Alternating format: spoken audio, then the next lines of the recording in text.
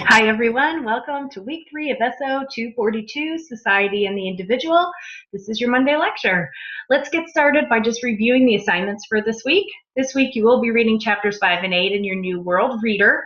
Also, check out the TED Talks videos in Moodle as they're going to pertain to your discussion forum this week.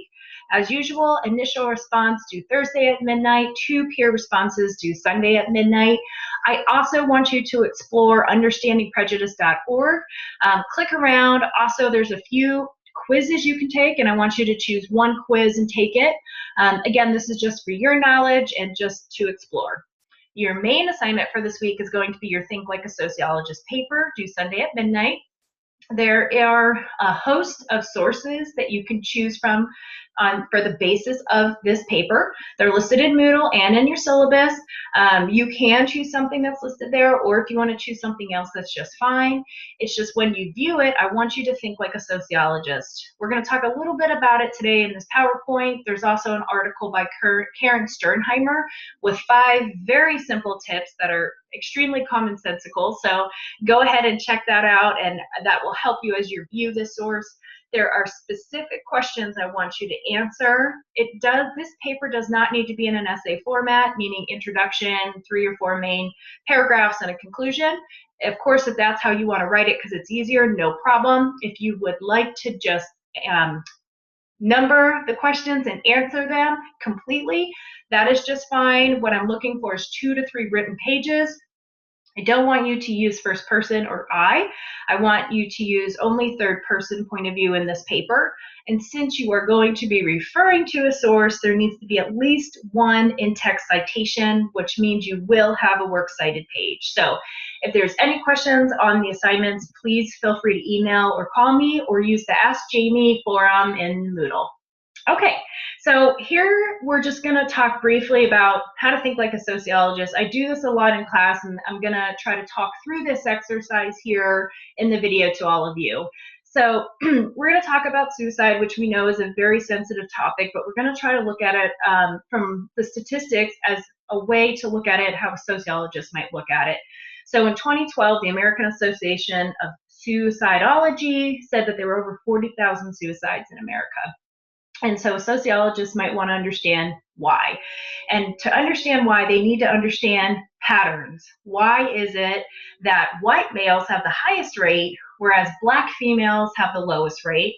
Why is it that Wyoming is the state that has the highest rates of suicide, and New Jersey has the lowest rates of suicide? So in class, we discuss and just have people throw out, brainstorm some ideas of why they think these rates exist in these certain groups or genders or states. I've heard things as far as, well, some people might think that there are more single white males, or that some white males, there's a cultural binding that they shouldn't talk about their feelings, and therefore that might be a reason why there are the highest rates. Some people in class have said that black females tend to have a very strong sense of family, culturally speaking, and so suicide would go against that core value. Other people in class, when we talked about the states, thought that maybe Wyoming is less populous, obviously, than New Jersey. The weather is also a little bit harsher, and winter tends to last longer, so people may be a little bit more isolated than New Jersey. And New Jersey might have some more resources in the community that might help with when people are feeling depressed. So again, we are just brainstorming ideas, but as a sociologist, you start to talk about these things so that you can understand where the patterns are. And you look at all lifestyles. You look at everything that could be contained in a culture to see what those patterns are. Okay, so moving forward, we're going to talk a little bit about some definitions today. We've already kind of reviewed some of these definitions, but I wanted to provide a basis so that we're all, when we say stereotype or prejudice, that we're all talking about the same thing, sociologically speaking. So to get us started, a stereotype is an oversimplified generalization that generally refers to somebody's characteristics without really any regard to them as an individual. So I'm Polish. There are lots of jokes about Polish people not being smart. There's also a lot of you refer to the stereotype that Asians are really good at math in your top learning points. So pretty benign. A lot of times the stereotypes don't necessarily hurt anybody, and that they can be a sense or a source of jokes. The thing that happens is that stereotypes are getting so embedded into our culture. We see it reinforced in the media, whether it's music videos, whether it's newspaper ads, and of course TV shows over and over again, that it's hard to understand that it's a stereotype and that's not based on anything versus, hey, this is really how those people are. Okay, so then the next thing that might happen is that somebody might start to get some negative beliefs or feelings, or even have some actions against a certain group of people based on the stereotypes.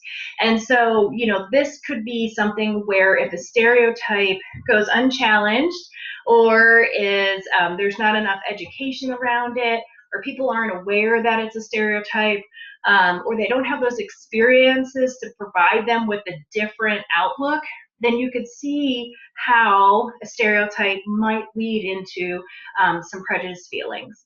I put a website here on the slide, ericface.us. There are a whole, if you go here, you will see how the media actually has reinforced all these stereotypes so that they have negatively portrayed certain ethnic groups in a certain way. So for example, if you think about, let's say, African man, a man from Africa in his 20s, think about that. Do you also picture him with a machine gun or a machete? So this website, if you go here, there's also one about Asian Americans, Mexican Americans, Native Americans, African Americans. So it's just kind of interesting to see how the media really does play into the stereotypes. The next slide, we're going to talk about discrimination. Discrimination is the actual unequal treatment of a group based on their race, religion, ethnicity, or sexual orientation. There's some different levels of discrimination that I just want to call to your awareness, and that's going to be on the next slide. But before we go there, racism is listed there, and that's when a group of people feels that they're superior over another group of people. Okay, a lot of times we see overt racism in America with hate groups, and we'll talk a little bit about hate groups in next week. Okay, so going back to the levels of discrimination, you could see from less severe to more severe that these are different levels of discrimination. Verbal, simple statements, avoidance.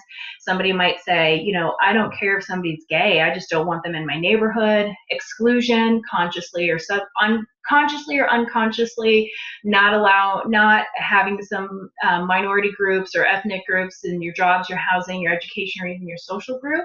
Of course, there's physical abuse known as ethno-violence, and then it could get as worse as extermination, which does happen still today, especially in some African countries. But an example of extermination as far as level of discrimination would be World War II. So why am I talking about this when I think you all have a really good foundation for this? I want you to think about the title of the course, Society and the Individual, and things like stereotypes, prejudice, discrimination, and racism. Why does it happen? Why does it happen? What are the factors in society that allow these things to occur and that they're still happening? And in some cases, they flare up in certain areas and they're not as bad in certain areas. So kind of the end-all question, isn't it? But think about these terms on a micro level, meaning small interactions, on a macro level, thinking about larger institutions. So I'm going to go ahead and wrap up the Monday lecture with that, and I hope you ponder that throughout the rest of the week. Of course, I am always available by phone or email if you need anything. I will be back next Monday for your next Monday lecture. Have a great week and see you then.